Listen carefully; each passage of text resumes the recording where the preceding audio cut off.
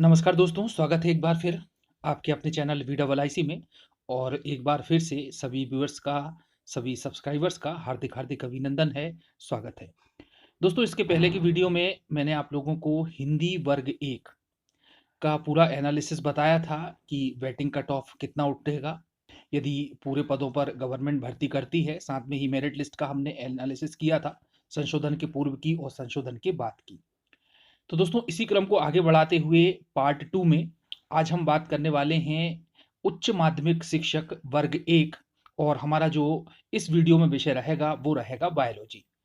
तो दोस्तों, जैसा कि हम सब जानते हैं कि बायोलॉजी में एक मुद्दा जो कि हाई कोर्ट में पेंडिंग है वो है एलाइड सब्जेक्ट से संबंधित। तो एलाइड सब्जेक्ट वाले काफ़ी अच्छी स्थिति में हैं और हाई कोर्ट में उनकी जो पैरवी हो रही है, बहस हो रही है, वो काफ़ी कुछ पॉजिटिव वे में जा रही है। और निश्चित रूप से दोस्तों, जो एलाइड विषय के अभ्यर्थी हैं, माइक्रोबायोलॉजी, बायोटेक्नोलॉजी, बायोकेमिस्ट्री, जिन्हें कि वेरिफिकेशन से बाहर कर दिया गया था, और उनके वापस लिए जाने के चांस काफ़ी हैं। तो दोस्तों, इसी के संबंध में एक अपडेट है कि 29 तारीख को इसकी सुनवाई होगी। पहले भी मैंने आप लोगों को बताया था। और चूंकि आज की वीडियो में हम बायोलॉजी विषय पर ही बात करने जा रहे हैं कि कितनी मेरिट लिस्ट उठ सकती है, कितनी वेटिंग क्लियर हो सकती है। हालांकि दोस्तों, अभी हम यहाँ पर ये बात नहीं करेंगे कि कितने ऐसे इसमें कैंडिडेट्स रहे थे जो कि एलाइड विषय वाले थे और जिनको कि होल्ड रखा गया है हाई कोर्ट के निर्देश के अनुसार। हम यहाँ पर सीधी सीधी बात करेंगे कि जो हमारे सामने तथ्य प्रस्तुत हैं उसके आधार पर कि बैटिंग कितनी क्लियर होगी, और अंतिम चयन सूची और उसके पूर्व में चयन सूची के बाद में जो पदों की संख्या में परिवर्तन हुआ है और कितने पद रिक्त रहे हैं, इसके संबंध में हम आज इस वीडियो में बात करने वाले हैं। तो दोस्तों, वही हम टेबल के आधार पर इसकी एक एनालिसिस करने का प्रयास करेंगे, जिसमें कि हम डीपीआई से संबंधित ही बात इसमें करने वाले हैं। ट्राइबल का जिक्र हम इसमें यहाँ नहीं करेंगे क्योंकि उसके लिए मैं आप लोगों को अलग से वीडियो बनाऊंगा। तो चलिए दोस्तों, स्टार्ट करते हैं बायोलॉजी शिक्षक भर्ती परीक्षा वर्ग 1 का एनालिसिस।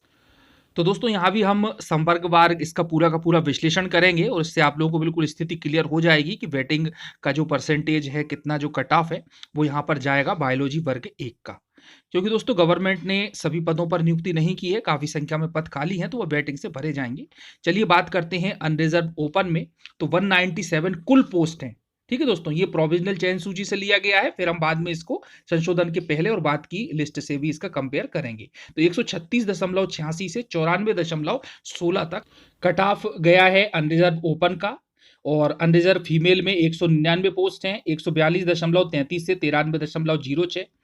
अनरिजर्व्ड हैंडीकैप्ड ओपन में 8 पोस्ट हैं, 106.2 से 75.54।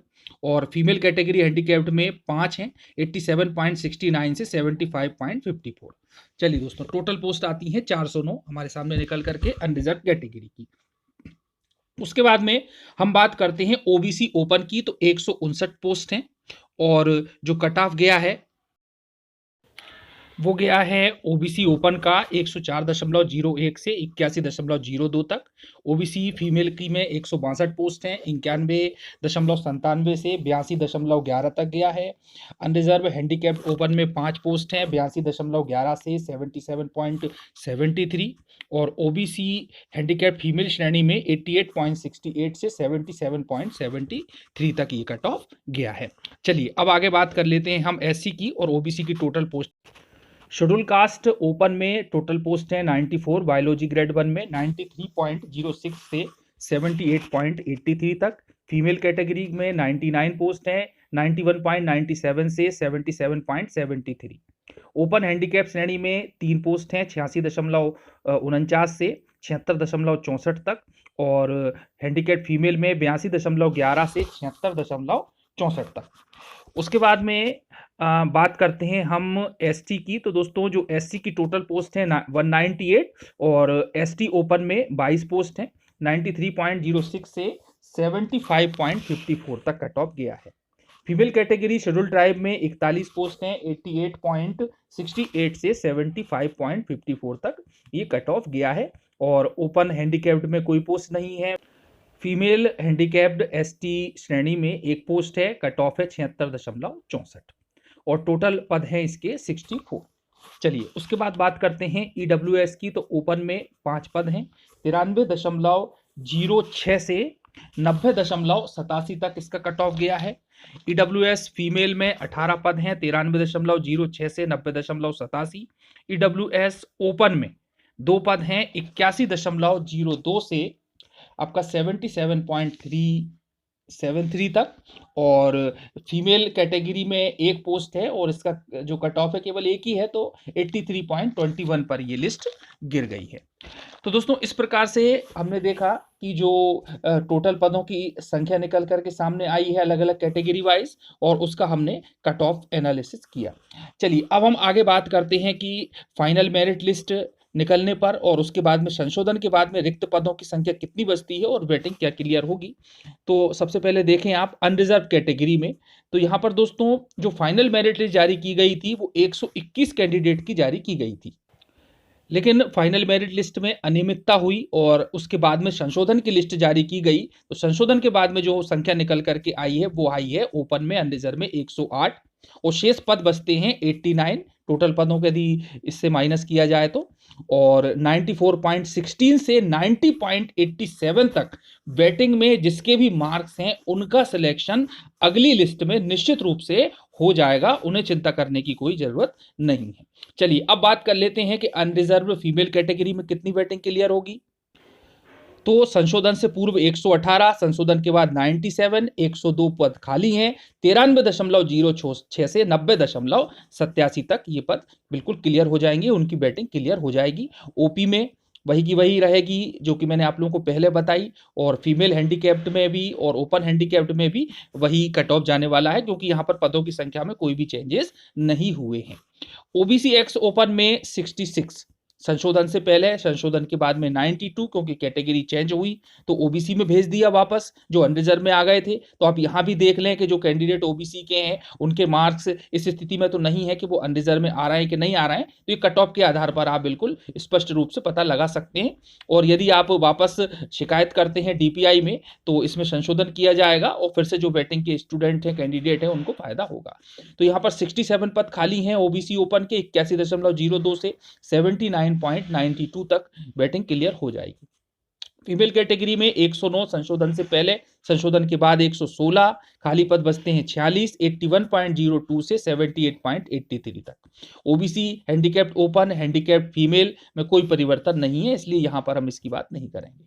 ओपन कैटेगरी एससी में 50 थे संशोधन के पहले, संशोधन के बाद में 52 हो गए, 2 पद यहाँ बढ़ चुके हैं और खाली पद अभी भी बचे हैं 42, और जिनको भरा जाएगा वेटिंग से 78.83 से 76.64 नंबर मार्क्स जिनके वेटिंग में है उनका सिलेक्शन हो जाएगा, उनका नाम अगली लिस्ट में आ जाएगा।